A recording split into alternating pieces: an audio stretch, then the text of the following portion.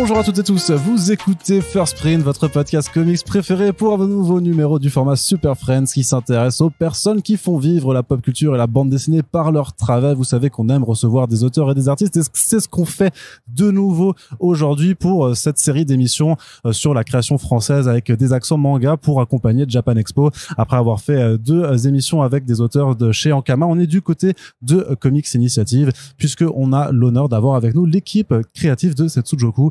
Donc nous avons avec nous David dit Black. Salut David. C'est ça. Bonjour. Voilà, et donc on a Fabien dit Vic avec nous également. Bonjour.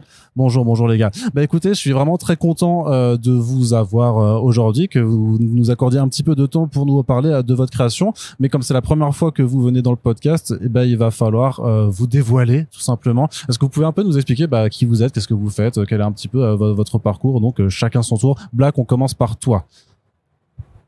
Ok. Vas-y. C'est pas intimidant. Enfin Non, mais c'est compliqué. Ok, bah vas-y. Présente-toi. Alors voilà, David, de mon vrai prénom, Black, et je suis auteur de bande dessinée de Setsujoku. Et j'aime beaucoup le manga, l'action, tous ces trucs-là, et voilà.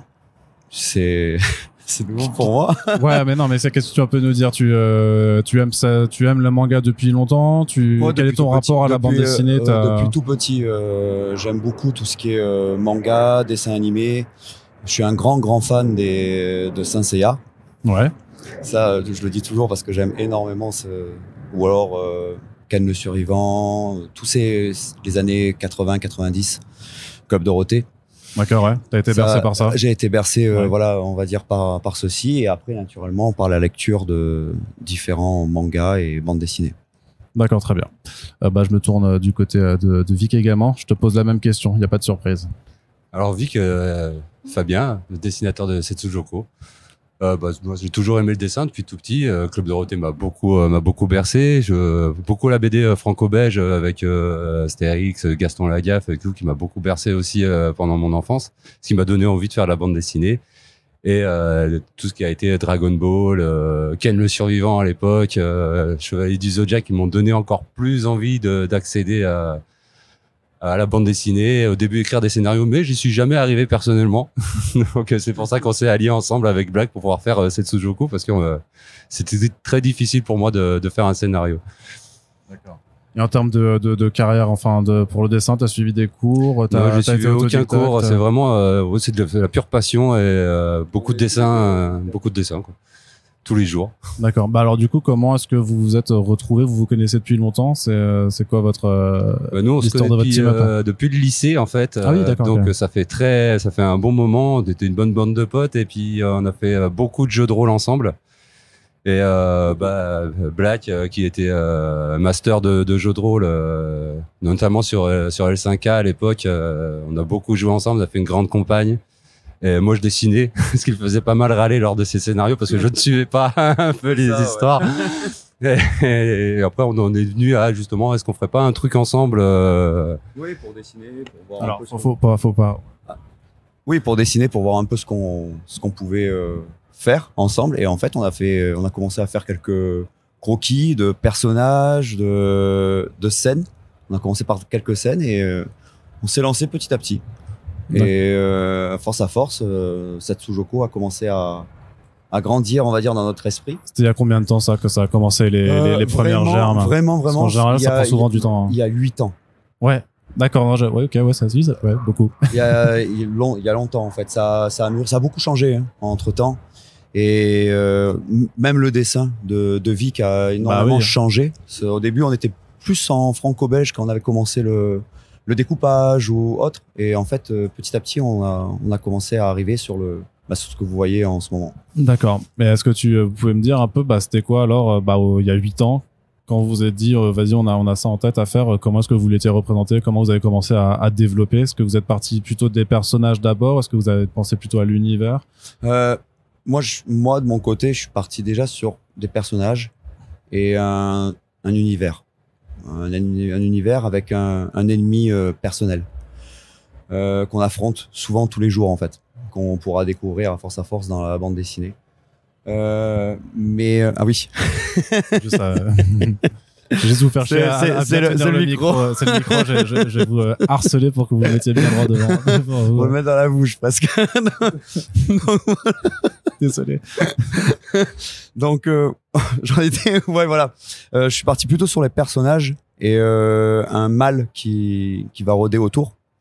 Et après, petit à petit, l'histoire est arrivée parce qu'il faut bien développer une histoire qui pour amener tout ça et le choix des couleurs aussi. Parce que ça a changé encore autre chose. Une autre façon et une autre voix, une autre vision de cette bande dessinée. D'accord. Parce que c'est vrai qu'on parle déjà de Setsujoku, mais est-ce que tu peux un peu me décrire, pour celles et ceux qui connaissent pas, parce qu'il y en aura certainement parmi celles et ceux qui nous écoutent, comment vous faites, c'est quoi le pitch aujourd'hui de Setsujoku ? Ouais. Il y a un mâle qui est propre à chacun avec certains péchés capitaux. On a tous des péchés, on accède petit à petit à certaines envies, certaines choses. Et ce mal dans Setsujoku prend forme sous forme de démon en fait. Et dévore la chair humaine. Et les humains en fait, on va dire, ils vont se barricader dans des cités sanctifiées qui les protègent.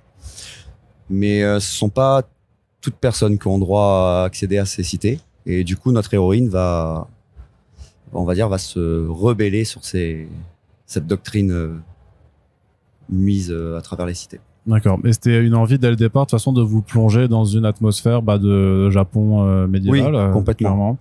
Et Complètement. Pourquoi alors ? Pourquoi ? Parce qu'est-ce que vous aimez là-dedans ? Qu'est-ce que ça permet de J'aime beaucoup le d'apporter ? Japon. J'aime bien les mythes de moi personnellement. Après, Vic, il va pouvoir le dire, mais je pense que c'est pareil aussi. Mais j'aime énormément le Japon et son univers. Donc, avec tout son côté fantastique et théologie. D'accord. Donc, du coup, je suis parti fatalement là, sur quelque chose qui me plaît en premier quand on teste. C'est notre première bande dessinée. Et souvent, tu vas commencer à créer ce que t'aimes bien en premier, quoi. Ouais. Ce que t'as vraiment au fond. Voilà, donc. Je me tourne vers toi, Vic, pareil. Même question aussi par rapport à... J'imagine que tu as un attrait aussi pour le Japon, sinon tu ne te lancerais pas dans une BD qui se passe complètement dans cette atmosphère. À la base, le Japon, en fait, j'étais plus attiré par la Chine, bien même si c'est asiatique, mais c'est quand même une culture vraiment différente. C'est plus Black qui m'a attiré au fur et à mesure sur le Japon. Et après, à travers Setsujoku, j'ai fait beaucoup de recherches. J'ai beaucoup aimé le folklore japonais, tout ce qui est les yokai, les démons japonais, tous les kami, toutes leurs histoires, toutes leurs légendes. Et c'est vrai, je me suis vraiment plongé dedans, en fait, grâce à la BD aussi, notamment. Ouais. Beaucoup, ouais. T'as allé lire d'autres Après, j'ai lu plein de trucs. Je me suis lancé dans plein de trucs. J'ai même commencé par La Pierre et le Sabre, l'histoire de Miyamoto Musashi, l'histoire des samouraïs. Enfin, je suis vraiment tombé dedans. Puis c'est devenu vraiment un folklore, oui, tout un tas de légendes de folklore, je vais le répéter encore plein de fois, mais qui m'ont vraiment plu. Ouais. Et t'as fait, non, vous n'êtes pas allé au Japon déjà ? Non, mais on aimerait bien.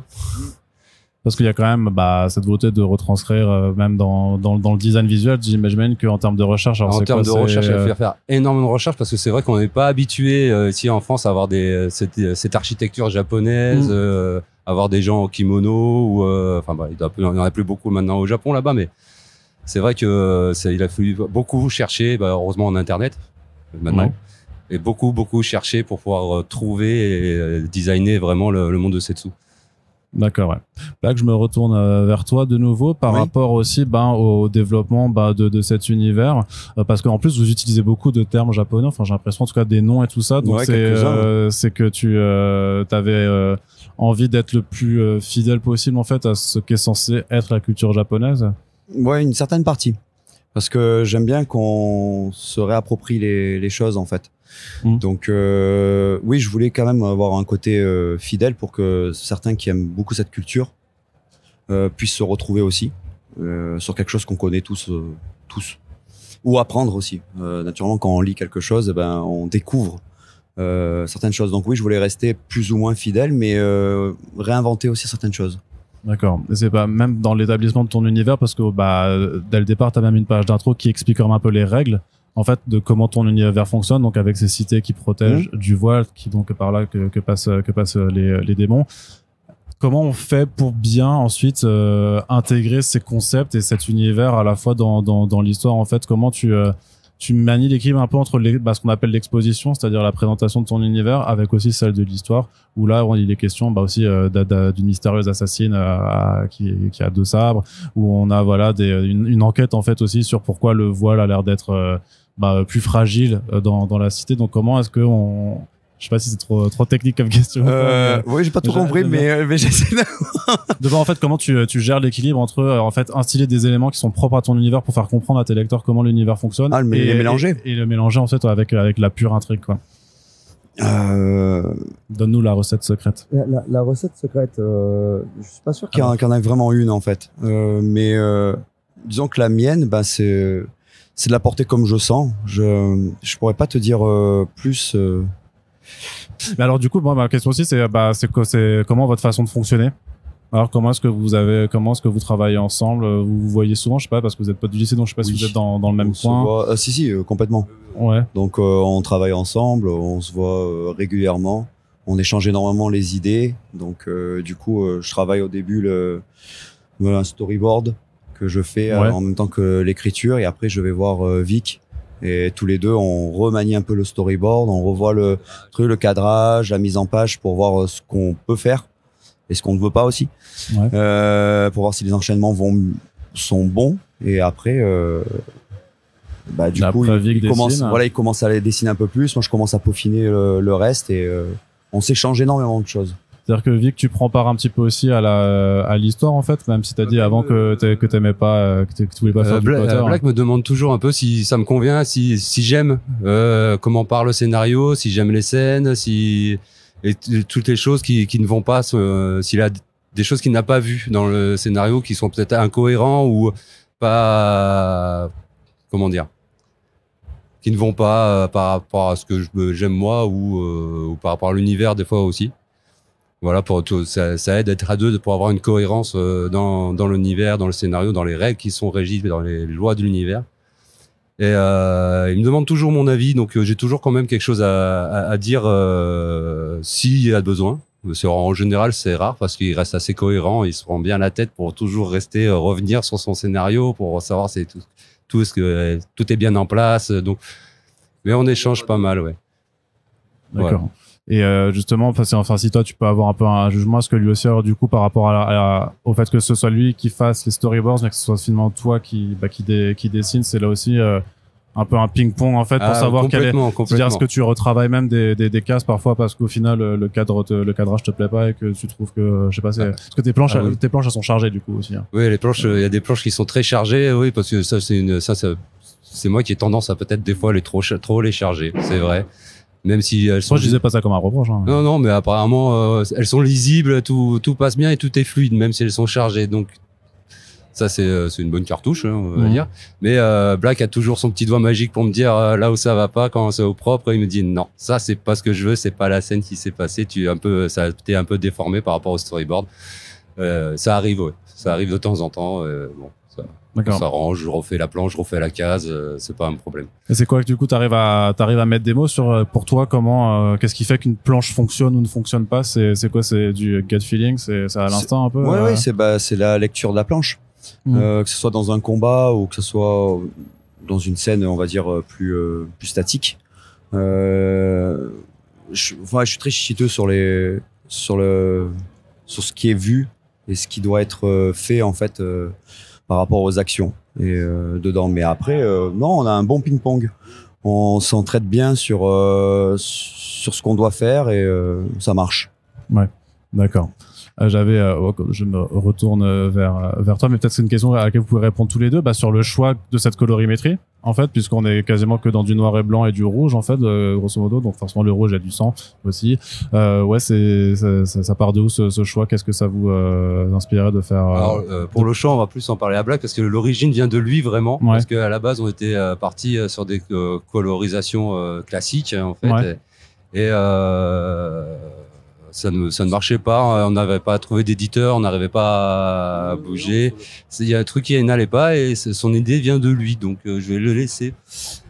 Non, en fait, oui, voilà. En couleur, il y avait pas mal de choses qui qui donnait la BD, on va dire, je trouve qu'elle avait pas de signature en fait dedans, et il manquait quelque chose de vraiment de puissant avec une couleur classique. Et après on a commencé à voir en noir et blanc, mais là aussi ça manquait en fait de peps, et ça se rapprochait quelque part plus du manga, vu que vous en êtes d'un manga, oui, gros fans, et encore le trait de Vic, il est particulier. Il est manga, mais il est un peu plus c'est quand même différent encore. Mais voilà, le rouge, quand on a décidé de prendre le rouge, ça nous permet d'avoir une troisième lecture au-delà de la scène, le dessin, les bulles, et justement cette couleur qui fait monter en intensité selon que ce soit des scènes d'action ou que ce soit des scènes autres. Ouais. Le rouge, pour moi, évoque énormément de caractéristiques différentes. C'est une couleur qui est puissante. Elle peut apporter ça représente l'amour, le charme, la passion, la colère. Et du coup, c'est quelque chose qui est très intéressant à travailler. Même les démons aussi, parce qu'enfin tu fais apparaître certains démons. Et voilà, il y a tout qui fonctionne. Enfin, de notre part, parce qu'il y a tout qui fonctionne bien sur ça. D'accord. Et donc je crois que tu travailles en numérique, c'est pas du tradi ce que tu fais. Oui, je fais tout en numérique. Ouais. Absolument tout. Storyboard, dessin, couleur, tout, absolument tout. Parce que t'as jamais fait de tradi avant, ou c'est... Ah si, j'étais au tradi avant. Ouais. Mais ouais. Qu'est-ce qui t'a fait changer alors? Ce qui m'a fait changer, c'était la facilité de pouvoir déplacer un dessin qui était tout mal placé par rapport à un cadrage, de pouvoir effacer, retrouver un blanc et pas passer 5 couches pour avoir un blanc. Ouais, donc ce genre de facilité, et puis après je me suis dit, c'est tellement pratique que finalement je vais tout faire en numérique, et puis au moins comme ça je range mes pinceaux, mes stylos, et ça fera un peu plus de place dans l'appart. Ouais, effectivement. Mais c'est pareil pour la colorisation, en fait, t'as choisi une palette de couleurs, en fait, après vous décidez d'appliquer de façon plus ou moins uniforme en fait sur l'ensemble des planches, alors, ou tu y vas à l'instinct pour le choix de la mise en couleur. T'as une palette qui est dédiée pour Setsujoku, ou tu y vas à l'instant, et parfois ça peut un peu varier? Il y a un peu d'instinct, il y a du visuel, mais il y a aussi une cohérence avec le scénario aussi. À un moment donné, il va avoir une action un peu intense avec du gore. Je vais prévoir de mettre du rouge par petite touche avant, et de le faire monter au fur et à mesure des planches pour annoncer un petit peu très légèrement ce qui va arriver. Et en fait, ça fait une montée en tension juste avec la couleur rouge placée des petits endroits stratégiques au niveau de la planche. D'accord. J'ai aussi noté, parce que tu fais, il y a beaucoup d'effets spéciaux, on va dire, d'effets visuels dans les scènes, avec beaucoup de traits, de formes, de machins. C'est je trouve ça, ton inspiration d'où là-dedans?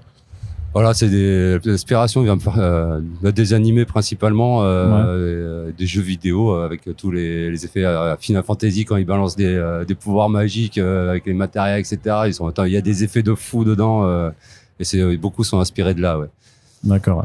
Alors j'ai aussi une autre question à vous poser, parce que vous disiez que vous proposiez avant Setsujoku quand c'était en couleur et que ça n'avait pas été accepté. Donc après, comment ça s'est fait votre rencontre aussi avec Mickaël de Comics Initiative? On a fait comme beaucoup de jeunes à l'époque, on a tenté notre chance sur plusieurs éditeurs. Ouais. Et avec pas mal de réponses négatives, au bout d'un moment, on a eu Mickaël qui nous a dit ça m'intéresse. Voilà, est-ce qu'on peut s'appeler au téléphone, est-ce qu'on peut en parler plus, qu'est-ce qui est prévu plus loin, etc., etc. C'est-à-dire que lui, par contre, il n'a pas eu de droit de regard forcément en tant qu'éditeur. Il vous a pas forcément dit il faudrait changer ce point de l'histoire, ou faudrait faire ci, faire ça. Il a toujours, Mickaël s'occupe toujours bien de ses... Tu peux dire du mal de lui. Oui, naturellement. Il nous écoutera carrément. Il écoute pas. Non, il a toujours, on peut toujours lui demander. Et il a toujours un avis. Donc ça, mais il nous laisse assez de liberté. Il a confiance. Et il impose rien du tout. Donc, et ça nous permet d'avoir aussi une liberté de nous vraiment développer ce qu'on a envie. Et du coup, ça, c'est intéressant. Ouais. Et justement, dans le développement, parce qu'on voit dans la fin de l'album que, tu nais les 7 péchés, mais aussi les 7, les 7 valeurs, l'inverse des péchés. Les 7 vertus. Les 7 vertus, pardon. C'est-à-dire que vous avez l'intention, de faire 7 tomes. Tu sais déjà dans quelle direction vous orientez la série. Souvent, on nous pose cette question, un péché par tome. Ce serait presque une logique un peu shonen, en plus, avec des combats de boss, la logique un peu shonen. Mais on n'est pas forcément logique. On verra. C'est-à-dire que tu peux en faire plus, moins, enfin. On pourrait en avoir peut-être plus, Ah ouais. ou on pourrait peut-être. C'est aussi aller aux personnes à découvrir s'il n'y en a peut-être pas une qu'ils n'ont pas repéré ou autre. D'accord, ouais. Il y a beaucoup de messages cachés dedans. D'accord. Donc, notamment aussi avec le deuxième petit bouquin qu'il y a dans le bouquin, les Sakura rouges, Ouais. qui sont les mémoires d'un personnage, écrit, on va dire, sous forme de vers et illustré plutôt à la mode, Bah, on va dire, ouais. ombre chinoise. Ouais. D'où aussi que Vic adore la Chine. Tu lui as laissé faire ça, du coup. C'est une idée. De toute façon, l'ombre chinoise et l'ombre japonaise sont. Les deux cultures se sont mélangées complètement. Hein. Ouais. Elles sont. C'est pas les mêmes parce c'est des variantes, mais elles se rapprochent complètement. Donc voilà, on a les Sakura qui apportent aussi autre chose dedans. Ouais. Donc bah avec aussi même les pages de bonus avec les recharges de personnages, même le bestiaire en fait, parce que du coup on aperçoit beaucoup de monstres et vous faites quand même un peu le glossaire, on va dire, à la fin un peu de tous les types de yokai qui existent dans votre univers. Oui, un petit peu à chaque rencontre que le personnage va faire, on aura le bestiaire avec un peu les caractéristiques. Il y a un petit clin d'œil jeu de rôle. Dedans, il y a même la carte. Oui, où, la carte du monde. En fait, cette carte-là, par rapport au tome, dans l'avancée, elle sera complétée aussi. Donc, on s'amuse à compléter un bonus. Et ça, vous l'aviez prévu dès le départ, en fait, pour enrichir l'univers aussi. Alors, quel départ le tout départ avant la BD ou pendant la structure de... Ouais. Non, plus pendant la structure, parce que je sais, enfin, peut-être. Pendant la structure. Ou même, peut-être que tout au début, vous vouliez déjà le faire aussi. Certains, au début, oui. Mais d'autres, non, ils sont arrivés après où on s'est dit, on se lâche complètement comme ça, jouer avec au lieu de mettre juste des bonus, on va jouer avec. Comme compléter, justement, les péchés, les vertus, la carte, et ainsi de suite. On trouve ça intéressant. Ça nous amuse, ça nous fait délirer. Et du coup, on pense que certains lecteurs apprécieront aussi de découvrir la carte évoluer en fonction du voyage du héros, en fait, du personnage. D'accord. Vous êtes passé aussi par une campagne de financement participatif. Comment ? Vous êtes passé par une campagne de financement participatif avec Comics Initiative. C'est ça, avec Comics Initiative. C'est quel est votre ressenti ? Moi, j'aime bien demander le ressenti des auteurs. Je sais pas si vous êtes beaucoup impliqué ou pas. En fait, au début, c'était flippant. Parce que il y a ce côté où en fait on présente nos planches, les gens finalement sur Ulule, voilà, on le projette sur Ulule, ils savent rien de nous en fait. Ils voient juste quelques planches, ils n'ont pas feuilleté le livre. C'est un peu c'est un pari. C'est voilà, on présente et on n'est même pas sûr, donc c'est flippant, mais c'est trippant. C'est trippant de la suivre. C'est même jouissif de voir les gens qui nous soutiennent, qui nous envoient des messages d'encouragement et tout ça. Donc c'est une chouette expérience. Au début, voilà, moi ça me faisait un peu flipper, mais en fait j'ai apprécié. Vous n'étiez pas trop fatigué à la fin ? Si, quand même. En vrai. Ouais, c'est l'émotion en fait. Vic disait oui. Dans ce projet, on y met beaucoup de tout notre âme, hein, tous nos cœurs, on est à fond dessus. Et quand on voit que ça monte comme ça, que le projet réussit, qu'il va être enfin édité après toutes les galères qu'on a eues pendant 8 ans, y arriver, et que les gens suivent, et qu'ils nous encouragent, oui, ça fait beaucoup d'émotions finalement. On se sent vraiment soutenu. Mais qu'est-ce qui se fait à votre avis le déclic qui a changé ça? Alors certes il y a Mickaël qui a accepté le projet, tout ça, et que ça vous a permis d'avoir aussi de la visibilité avec la campagne, mais à mon avis, qu'est-ce qui a pu changer entre le Setsujoku d'il y a 8 ans et maintenant, qui fait que peut-être que ça a pu mieux cliquer avec le public? C'est un tout. C'est un tout. Les couleurs y ont beaucoup joué, parce que ça a vraiment eu beaucoup de retours sur les couleurs. On a beaucoup changé la mise en page et le cadrage, c'était beaucoup plus dynamique par rapport aux premières versions. Disons que t'as pu, de toute façon, même t'as progressé. Après le dessin, de toute façon, il se progresse tous les jours, chaque fois qu'on pratique. Hein, voilà. Après la BD, oui, elle est très dynamique, c'est agressif, hein, ça envoie. C'est ça qui a beaucoup changé par rapport au premier projet. Donc, c'est très visuel aussi. D'accord. T'as joué à Sekiro ou pas? Ah? Tu as joué à Sekiro ou pas? Ouais, mais il est un peu trop dur pour moi. Je suis pas un hard gamer, donc je préfère voir si ça t'avait un peu inspiré pour les combats. Oui, après ça m'a inspiré, oui. Oh, on s'inspire, hein, tout ça. Oui, on prend tout ce qui va être fait sur le Japon, Ghost of Tsushima, aussi, par exemple, très bonne source d'inspiration dans ce genre-là. Après, il y en a d'autres. Nioh, non? Nioh. mais un peu moins quand même. T'as des bêtes de yokai aussi dedans. Oui. Donc, c'est vrai. Après, tout ce qui va être démon, monstre, on va prendre une plus grosse palette, parce que dans les jeux vidéo, il y en a énormément qui sont très bien faits. Après, faut se les réapproprier, c'est ça qui est drôle. Ouais. Donc voilà, après on en est là en cherchant, en fouillant partout ce que les autres ont fait pour pas faire la même chose et pour s'en inspirer aussi. D'accord, ouais. Et alors, parle dans le micro. Surtout notamment dans la création des yokai avec les péchés. Assimiler le péché et un yokai existant et le créer à notre façon, notamment avec les prêtresses et dans notre univers. Et ça, par contre, c'est trippant parce que du coup, tu brainstorm alors comment vous brainstormez? Ouais, on réinvente tout en fait dedans et on s'invente les techniques des personnages qui vont aussi avec le péché et ainsi de suite. D'accord. Donc ça c'est trippant. Ouais. Alors du coup ça trippe beaucoup quand même, j'ai l'impression dans la création de Setsujoku. Oui. Mais il y a quand même des difficultés aussi, non? C'est quoi le plus dur?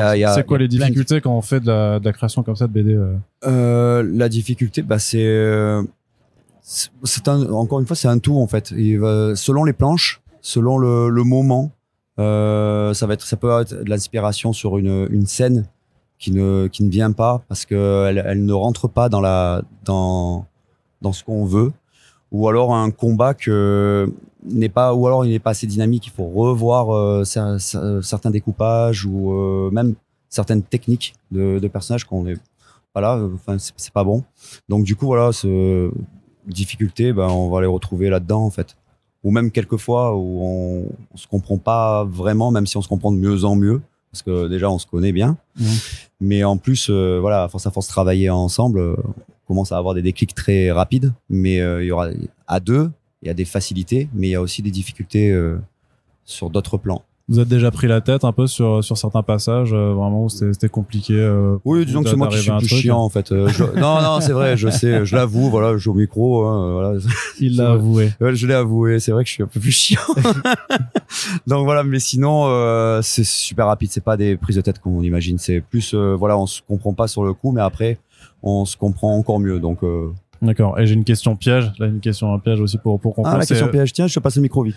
Non, c'est après c'est parce que souvent les auteurs et les artistes en fait sont jamais contents de leur travail. En fait, quand ils le regardent avec le recul, est-ce qu'il y a des choses que vous auriez déjà envie de changer dans le premier tome par rapport à ce que vous avez fait au final? Oui, il y a des trucs on aurait changé, mais en fait les éternels insatisfaits. Il y a la satisfaction quand tu reçois le bouquin et tu te dis c'est génial, on a fait ça, c'est trop bien et tout, et après tu le reviens dessus 2 mois après, 3 mois après tu fais merde, ça il faudrait le changer, on n'aurait pas laissé ou des trucs comme ça, mais c'est pas grave, c'est fait, ça fait partie de l'histoire, ça fait partie du processus créatif et une fois que c'est posé sur la planche, faut qu'on s'adapte aussi. Il y a un moment où vous dites de toute façon faut arrêter d'y penser parce que sinon oui complètement, parce que sinon on reviendrait tout le temps dessus et puis on ferait une refonte de chaque chose qu'on fait quoi. D'accord. Très bien. Bon du coup les gars, est-ce que vous pouvez me teaser un petit peu pour la suite, donc du coup celles et ceux qui ont lu, qu'est-ce que vous pouvez un peu leur donner une petite friandise? Déjà il y a la campagne qui approche prochaine. L'année prochaine? Non, la prochaine campagne. D'accord. Ouais. En novembre normalement. On n'a pas encore la date précise. Ça il va falloir voir avec Michael. Ouais. Mais le tome 2 est avancé, il est en cours, ça se passe bien. Donc du coup voilà. Et notamment après on va voir un peu plus en dehors des cités. Ouais. On va en savoir un peu plus sur le personnage et ce qu'elle a à l'intérieur. Et aussi il y a de grandes surprises au niveau des couleurs. Ah d'accord. Il y aura du bleu. Donc vous verrez bien, il y a le choix de couleurs en fait, il est un peu plus profond que ce qu'on peut croire. D'accord, ok, très bien. Okay, et il est plus important en fait. D'accord, ok. Très bien. C'est pas que du visuel. Donc voilà, donc sur les couleurs, il y a des choses qui vont arriver. Tu vas les utiliser de façon narrative aussi, que ça sert un peu narrative. Il y a des choses qui vont arriver. D'accord, tu ne peux pas en dire plus, tu as bien raison, sinon je vais te tirer les verres du nez. Très bien. Écoutez, Vic et Black, je vous remercie de m'avoir accordé de votre temps. pour merci parler à de toi. Setsujoku. Donc la BD est disponible Merci beaucoup. chez Comics Initiative, et à l'heure où on poste ce podcast, vous êtes encore en dédicace jusqu'à dimanche. C'est ça, à sur la Comics. Japan Expo, qui est énorme, et c'est un beau festival. Très bien. Bon, ça t'étais pas obligé de le dire. Tout le monde sait que c'est l'enfer, mais c'est pas grave. Il faut quand même. Voilà. Donc voilà, si vous passez dans la partie Amazing de Japan Expo pendant que le podcast est mis en ligne, et vous pouvez donc aller y faire un tour pour découvrir cette bande dessinée. Sur ce, je vous rappelle que si vous appréciez ces podcasts, la meilleure façon de le faire savoir, c'est de les partager sur les réseaux sociaux. Et on vous rappelle également qu'on a une page Tipeee qui est ouverte H24 si vous voulez soutenir le podcast et dans la durée. Merci à toutes et tous de nous avoir écoutés, et je vous dis à très bientôt pour la prochaine émission. Salut!